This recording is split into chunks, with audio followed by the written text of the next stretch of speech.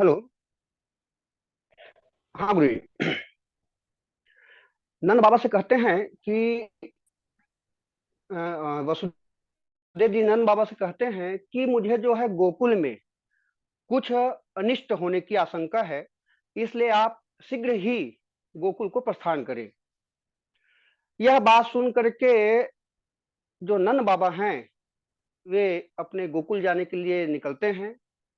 अब इधर गोकुल में जब नंद बाबा जी मथुरा आए थे उसी समय से वहां उत्सव चल रहा था।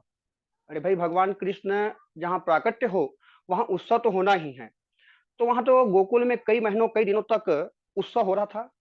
इधर कंस जो है पूतना को भेजे हुए थे। तो पूतना वहां जाती है कहाँ? गोकुल पर। कंसेन प्रहिता घोरा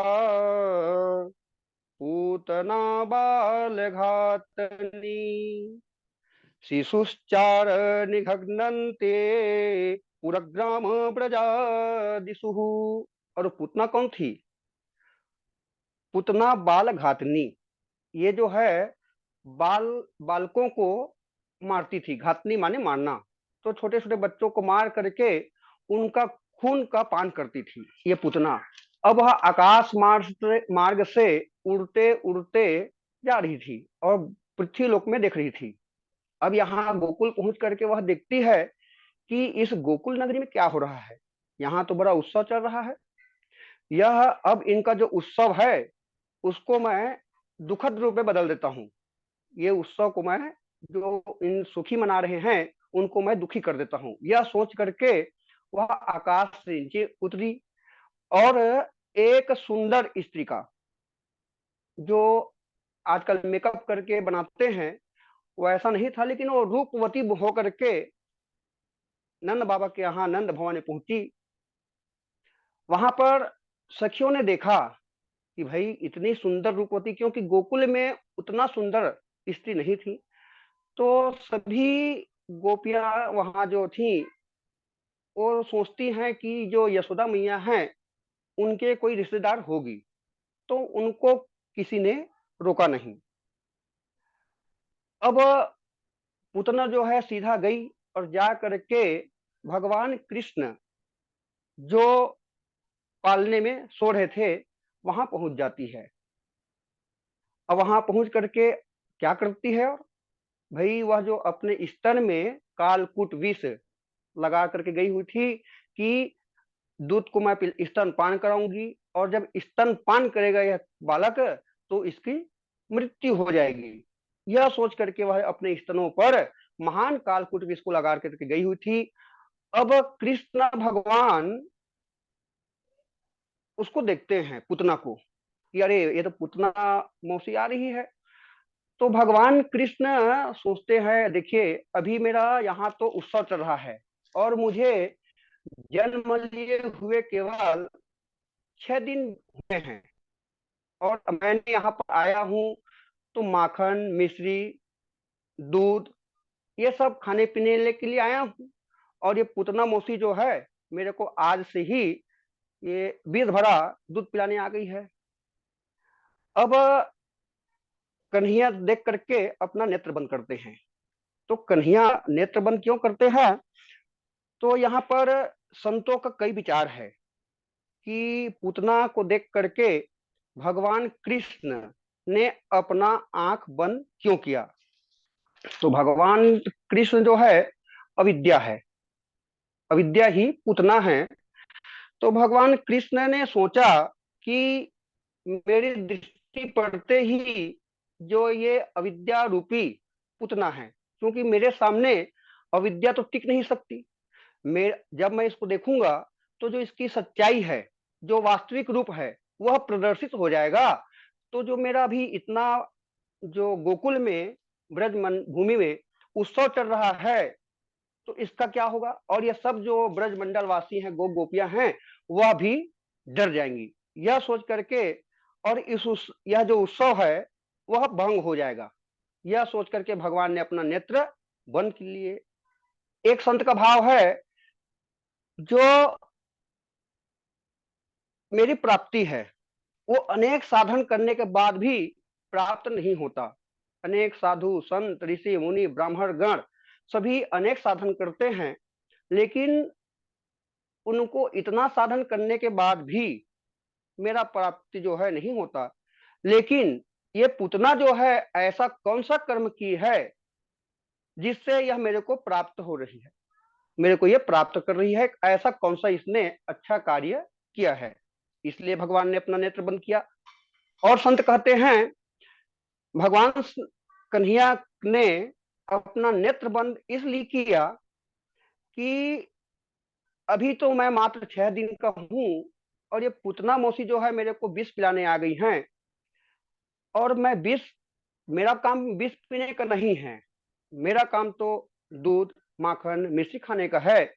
यह काम तो भगवान और मेरे देव देव जो हैं, आराध्य देव हैं, श्री शंकर भोले बाबा अवघर दानी, वे ही ये विष को पान कर सकते हैं।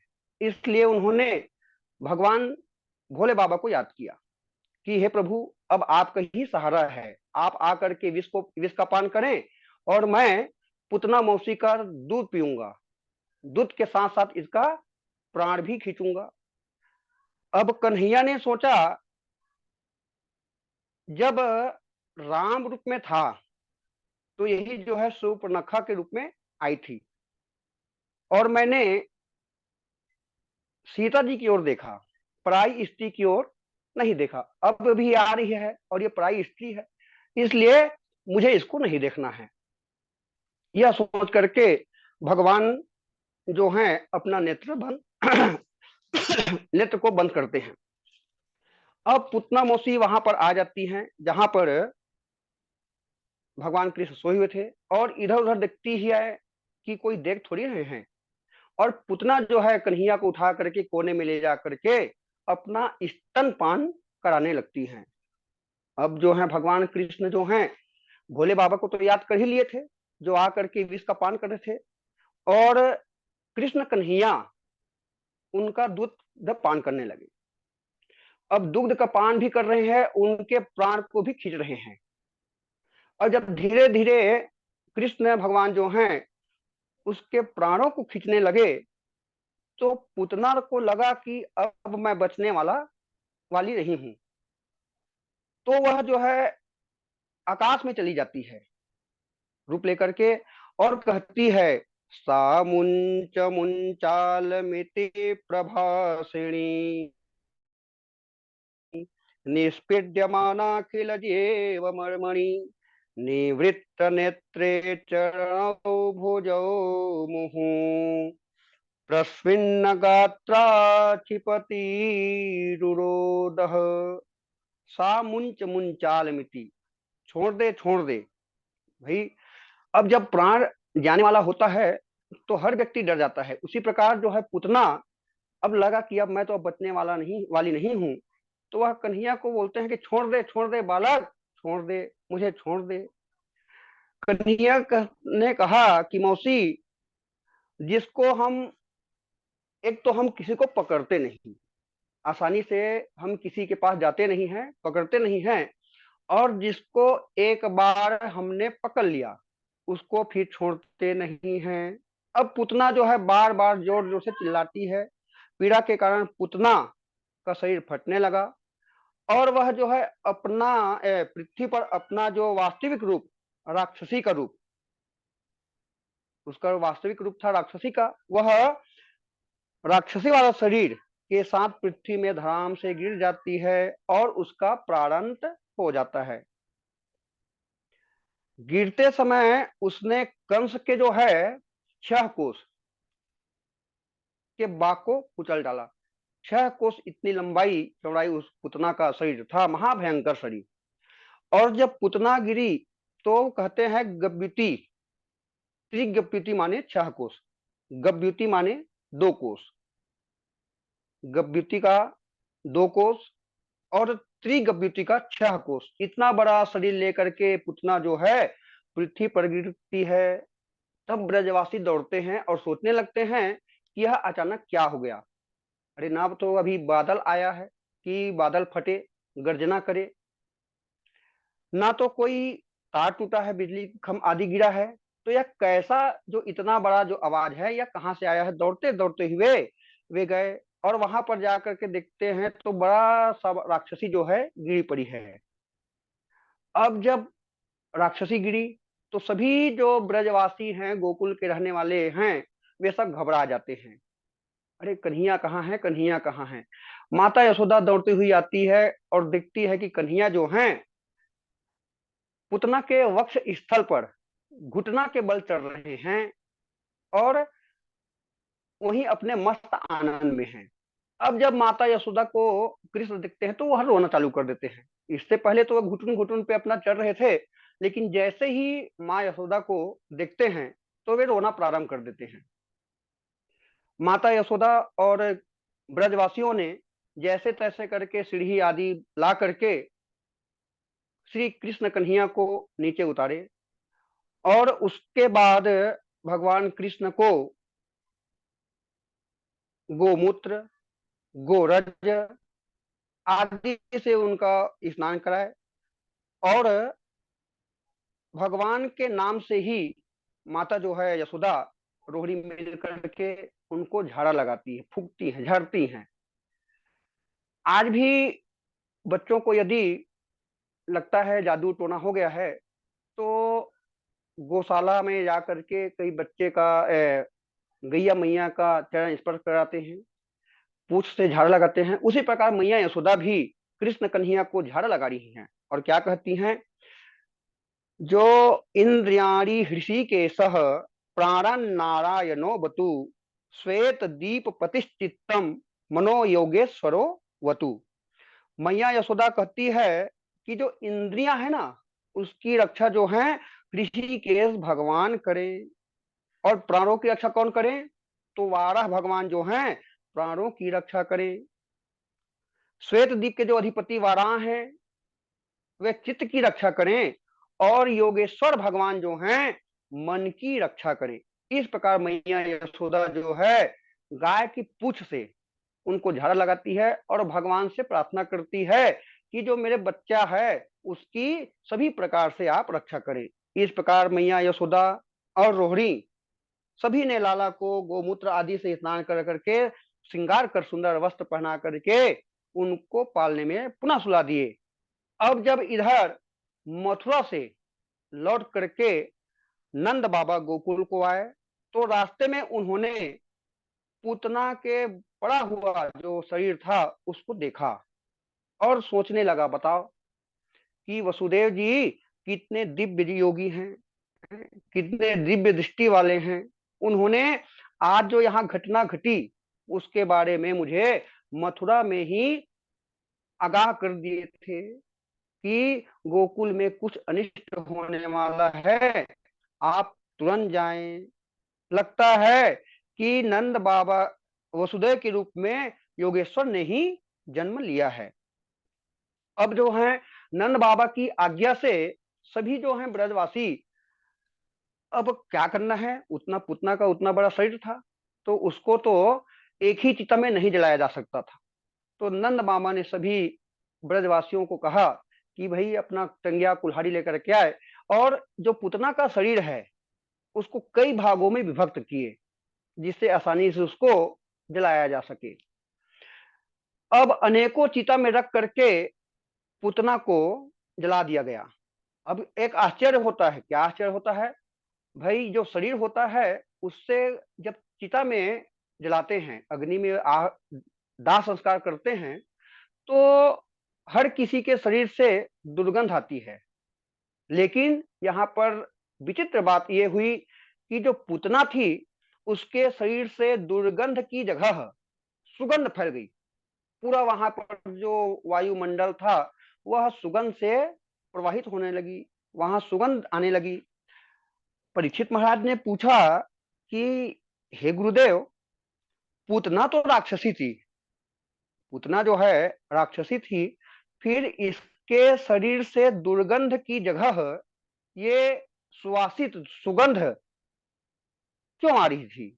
तब श्री सुखदेव जी महाराज जी कहते हैं कि राजन, भले ही वो भगवान को मारने के लिए आई थी, लेकिन भगवान ने उसका दुग्ध पान किया, माता का स्थान दिया।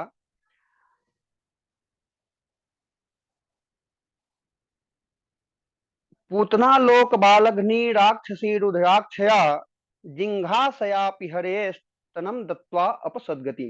भाई, भ, जो परात्पर भगवान हैं वे तो उस पुतना का दुग्ध पान किए, इसलिए उस पुतना को सदगति प्राप्त हुई।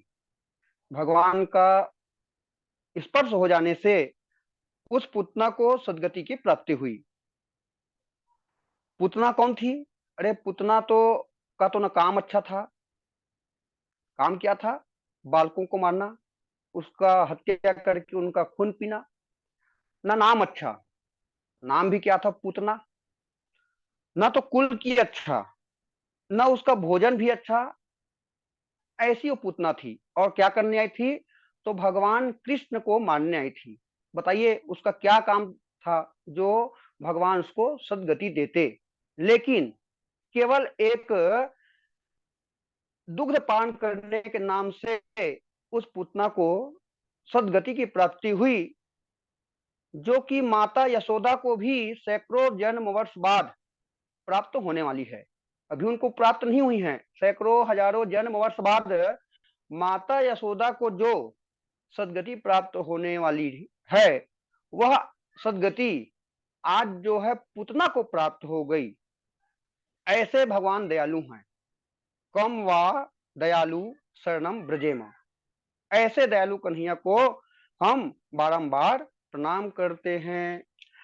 गोस्वामी तुलसीदास जी महाराज जी कहते हैं अपने विनय पत्रिका में, ऐसो को उदार जग माही। ये बड़ा अच्छा पक्ति है, भजन है। तो विनय पत्रिका में लिखते हैं, ऐसे को उदार जग माही, ऐसो को उदार जग माही, बिनु सेवा जो द्रवही दिन पर। बिनु सेवा जो द्रवही दिन पर, बिनु सेवा जो द्रवही दिन पर, राम सरीस को नाही, ऐसो को उदार जग माही। भाई ऐसा कौन उदार होगा जो जिनको मारने के लिए उतना आई थी उनको भी भगवान जो है सदगति दे देते हैं। अब पुतना का उद्धार होने के बाद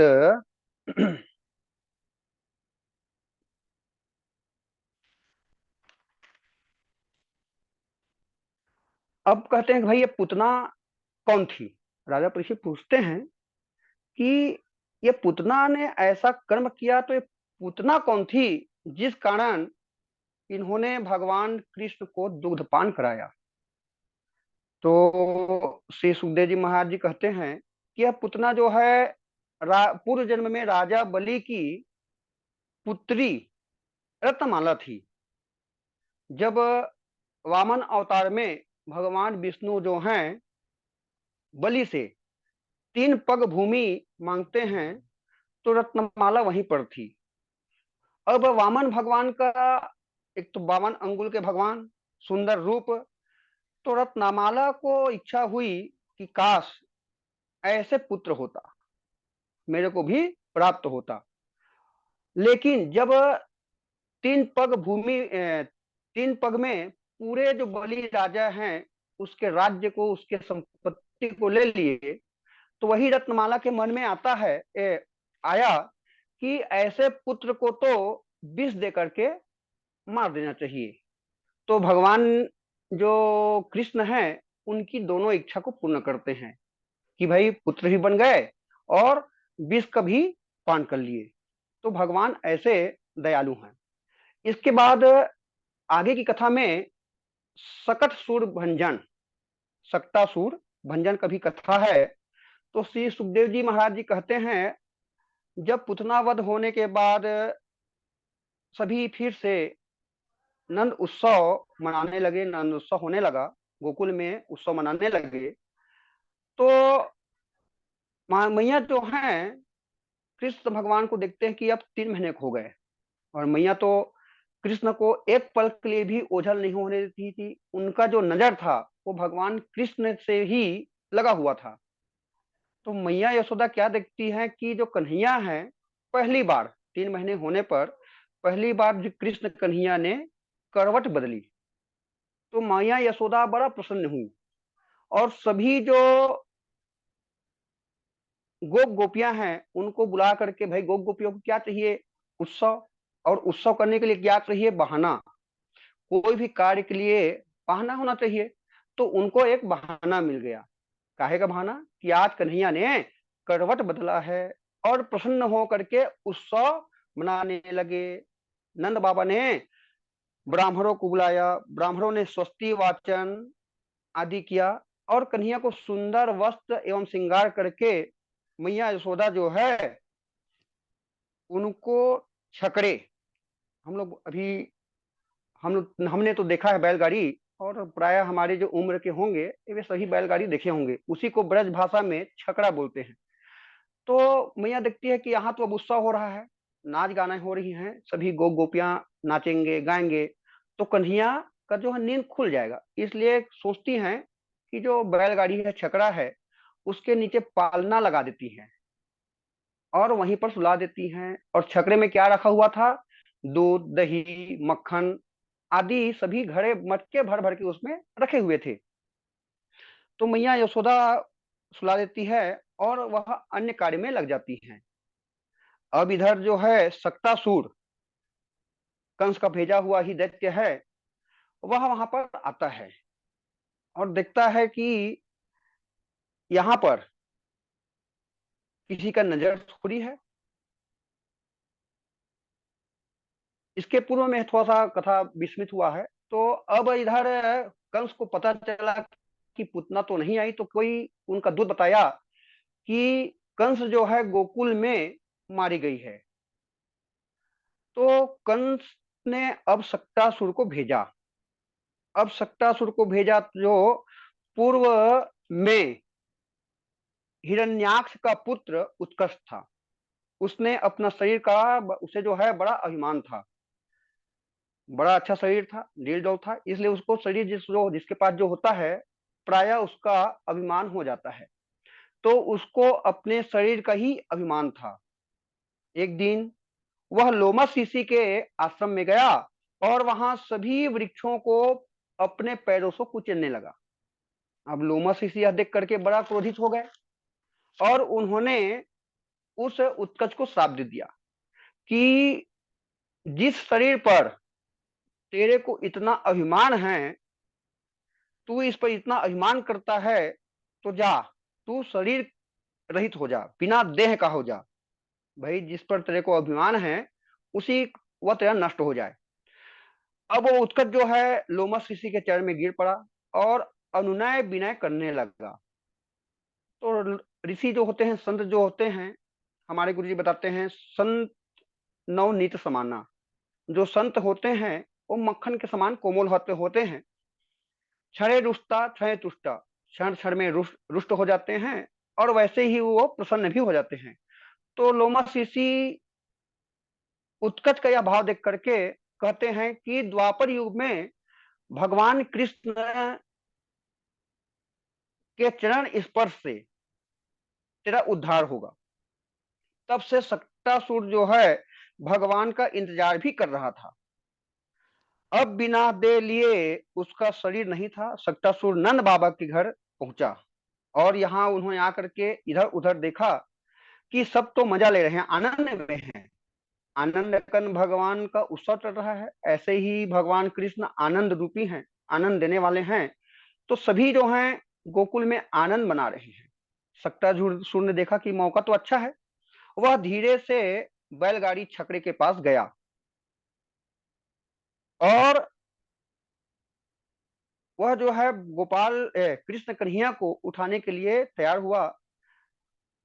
तभी जो है कृष्ण भगवान अपने पैरों की जो है अंगूठे से सकट को थोड़ा सा छकड़े को लगा देते हैं पैर से।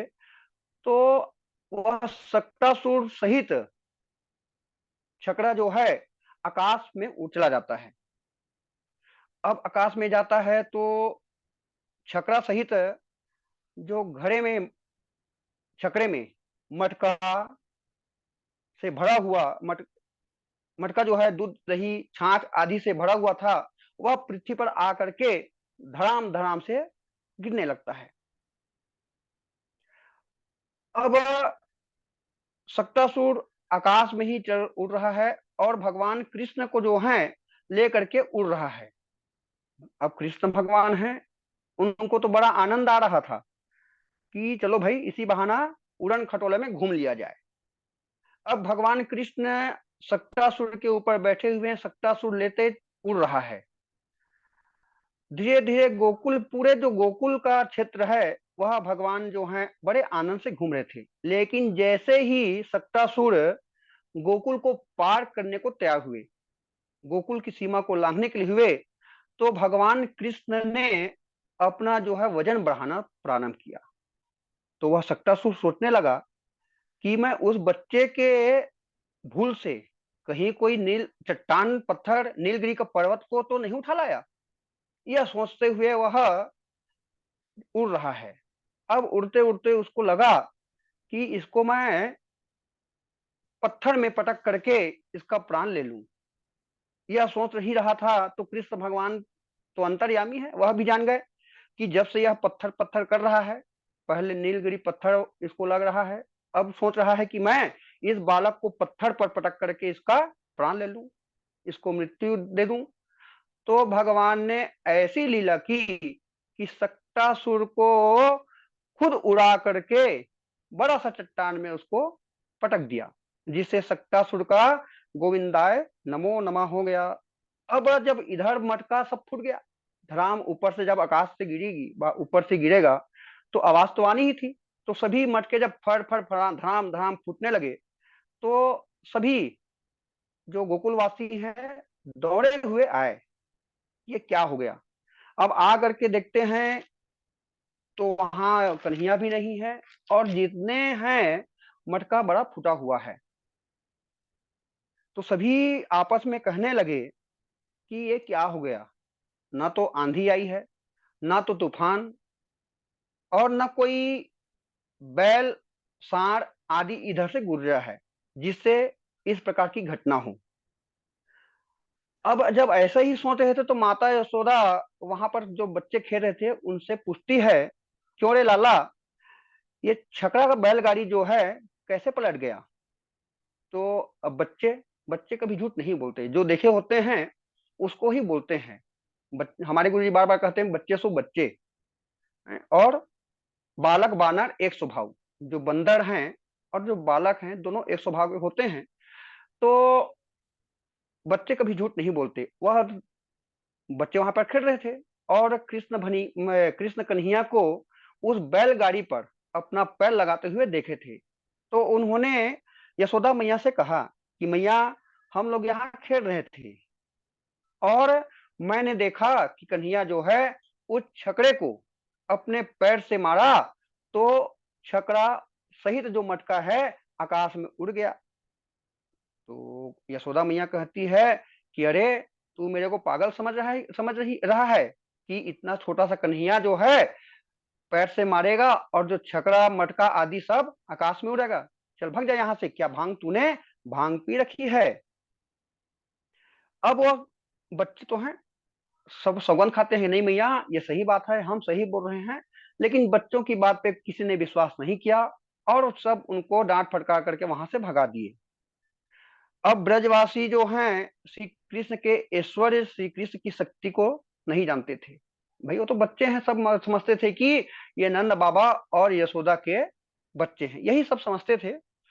मैया यशोदा ने जब ये घटना देखा कि भाई पहले पूतना आई, अब ये सक्तासुर आया और कन्हैया के ऊपर कुछ न कुछ बला है, तो उन्होंने ब्राह्मणों को बुलवाया, स्वस्ति वाचन कराया, ग्रह शांति कराई, ब्राह्मणों को दान दक्षिणा आदि दिए। और ब्राह्मणों ने कहा, मैया घबराओ मत, ये जो तेरे कन्हैया है ना, उनके ऊपर हमारा आशीर्वाद है। ये जो लाला है वह सबकी बला बन करके आया है। ये जो कन्हैया है ना, उसको कुछ नहीं होने वाला है, ये तो सबका उद्धार करने आया है। ऐसा आशीर्वाद दे करके ब्राह्मण अपने अपने घर को चले गए। इस प्रकार प्रभु ने सक्तासुर का भी उद्धार किया। अब इसके बाद आगे की कथा है तृणावर्त की कथा।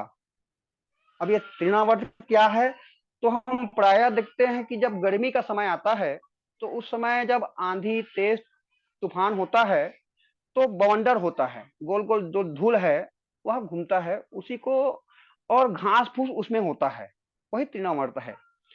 तो श्री सुखदेव जी कहते हैं, परीक्षित, एक दिन मैया यशोदा कन्हैया को उछाल उछाल करके खिला रही थी। कन्हैया भी जो है अब बच्चों को खिला रही थी, छोटे से बच्चे थे तो खिला रहे थे, तो कन्हैया भी जो है किलकाली मार मार करके बड़ा जोर जोर से हंस रहे थे। अब माँ यशोदा का जो है खिलाने से हाथ दुखने लगा, तो वो भी बैठ गई और बैठ करके कन्हैया को दुग्ध पान कराने लगी। कन्हैया ने तिरछी निगाह से देखा कि मामा जी का जो भेजा हुआ दूत है, दैत्य है, भेजा हुआ दैत्य है, नाम है उसका तृणावर्त, वो आ रहा है। कन्हैया ने सोचा कि यदि यह दैत्य मैया के सामने ही गोद कहीं मुझको गोद से उठाकर ले गया तो मैया जो है डर जाएगी। अब क्या किया जाए, तो कन्हैया ने सोच करके अपना वजन को बढ़ाना प्रारंभ किया। अब जब वजन कन्हैया का बढ़ना प्रारंभ हुआ तो मैया यशोदा सोचती है, अरे अचानक ये मेरे को कन्हैया इतना वजन कैसे लगने लगा। लेकिन कन्हैया की माया से मैया यशोदा ही कहने लगती है मन में कि जब से कन्हैया हुआ है तब से घर का जो कार्य है वह अधिक हो गया है, और इसलिए मैं अपने शरीर पर ध्यान नहीं दे पाती, स्वयं की शरीर पर मैं ध्यान नहीं दे पाती, इसलिए मेरा शरीर जो है कमजोर हो रहा है। इसलिए कन्हैया जो है कन्हैया को वजन महसूस कर रही है। यह सोच करके कन्हैया को पृथ्वी पर बैठा देती हैं और वह उनको खेलने के लिए छोड़ करके मैया यशोदा जो है घर के भीतर जा करके दूसरे कार्य में लग जाती है। अब इधर तृणावर्त यही चाहता था, कृष्ण कन्हैया भी चाहते थे और तृणावर्त भी चाहते थे कि कन्हैया को अकेले पाएं तो उसको हम उड़ा कर ले जाएं। अब तृणावर्त को अवसर मिल गया, मैया यशोदा पृथ्वी पर बैठा के गई तो तृणावर्त को अवसर मिल गया कि यही अच्छा अवसर है, और बवंडर का रूप धारण करके भगवान को आकाश में लेकर के उड़ने लगा। भगवान भी उसके साथ उड़ गए और आनंद लेने लगे, पूरा ब्रज प्रदेश को देखने लगे। अब तृणावर्त मथुरा की ओर बढ़ने लगा तो कन्हैया ने अपना वजन बढ़ाना प्रारंभ किया कि ये इतना वजन हो गए। तृणावर्त सोचने लगा कि कहीं मैंने पर्वत आदि को तो नहीं उठा लिया, यह भी सोचने लगा, तो उसको भी जो है भगवान कृष्ण पत्थर पर ही पटक करके उसका भी उद्धार कर देते हैं। क्योंकि अंते मति सा गति, तृणावर्त सोचता है कि यह पर्वत है और ये तो क्या मैं पर्वत को उठा लाया, और एक पल में सोचता है कि चलो अब इसको पत्थर पे पटक करके इसका वध कर देता हूं, यह सोच रहा था। तो अंते मति सा गति, अंत में जैसी मति होती है उसकी वैसी ही गति होती है। तो भगवान कृष्ण तृणावर्त को भी पत्थर में दबा, गले को दबा करके इतने जोर से दबाई कि उसका वेग शांत हो गया और वह धड़ाम से पृथ्वी पर आ गिर पड़ा। गिरते ही तृणावर्त का अंत हो गया। सभी ब्रजवासियों ने मरे हुए तृणावर्त को देख करके कहने लगे, अहो बतात्यत भूत में सरक्षसा बालो निवृत्तिम गमितोऽभ्यगात् पुनः हिंसः स्वपापेन विहिंसिता खला साधु समत्वेन भयाद् विमुच्यते। सभी ब्रजवासी कहने लगे, यह तो बड़ा आश्चर्य की बात है। देखो, जो पापी है, जो पापी पुरुष होता है वह एक ना एक दिन पाप करने के कारण ही ऐसा कोई पाप करता है जिससे उसकी मृत्यु हो जाती है। तो यह पापी जो है अपने पाप के ही कारण मारा गया। कन्हैया जो है और जो सत्पुरुष होते हैं, जो सज्जन होते हैं, उनका बाल बांका भी नहीं होता। क्यों नहीं होता? उनके ऊपर सत्पुरुष, ब्राह्मण, देवता, भगवान, ये सभी का आशीर्वाद होता है। इसीलिए बोलते हैं कि सत्य कभी पराजित नहीं होता, सत्य की सदैव जीत होती है। तो यहाँ जो पापी तृणावर्त है, अपने ही पाप के कारण आज मारा गया है। प्रेम सोले सी बाल कृष्ण भगवान की जय, बांके बिहारी लाल की जय। जय गुरु जी, प्रणाम। बहुत बढ़िया, बहुत सुंदर। अभी हमारे पंडित राजेश शर्मा जी वक्तव्य प्रस्तुत कर रहे थे। हम सब बड़े ही भाव के साथ ठाकुर जी के लीलाओं को सुन रहे थे।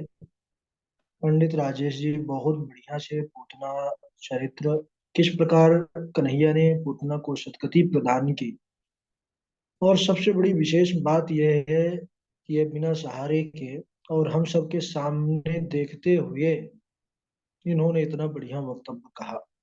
तो यह बड़े ही कठिन परिश्रम के बाद ही सुलभ होता है, अन्यथा ऐसा वक्तव्य होना संभव नहीं होता बिना मेहनत के। तो इनके वक्तव्य के पीछे इनका कठिन परिश्रम दिख रहा है। भगवान राधा माधव खूब कृपा इनके ऊपर बनाए रखें, और आने वाले कुछ ही दिनों में हम सब इनके मुख से सुंदर सप्ताह ज्ञान यज्ञ की कथा भी सुनेंगे। तय कर दी गई है तारीख, और यह प्रारंभ करेंगे प्रतिपदा के दिन से। बढ़िया ज्ञान यज्ञ का आयोजन है और समस्त कार्यकर्ताओं के द्वारा। तो अग्रिम शुभकामनाएं इनको। बहुत अच्छा। राधा हाँ माधव गुरु जी कृपा प्रणाम। बनी रहे आपके ऊपर। गुरु जी प्रणाम। यहाँ पर हमने तृणावर्त को भी एक बार, मेरे को थोड़ा सा चूक हुई है यहाँ पर। जो तृणावर्त की कथा में भी मैंने नीलगिरी पर्वत का और पत्थर का थोड़ा सा बोल डाला, और एक यहाँ पर भी जो सकट भंजन, ये दोनों कथा में मैं उस नीलगिरी पर्वत वाला जो आप बताते थे पर मैं सुना, उसको दोनों में डाल दिया। देखिए ऐसा है कि थोड़ा थोड़ा त्रुटियां हो जाती हैं ना बड़े बड़े प्रवक्ताओं से, इसलिए उसको आपने कथा के मध्य ही कह दिया, इसलिए उसको हम बोलना ठीक नहीं समझे। और कोई बात नहीं है ना, जी जी। उसको आपको ध्यान रखना है। जी गुरु जी। हम्म। जी। बहुत बढ़िया आपने बोला है। जितने लोग जुड़े हैं सभी बड़े प्रसन्न हैं आपके तरफ से।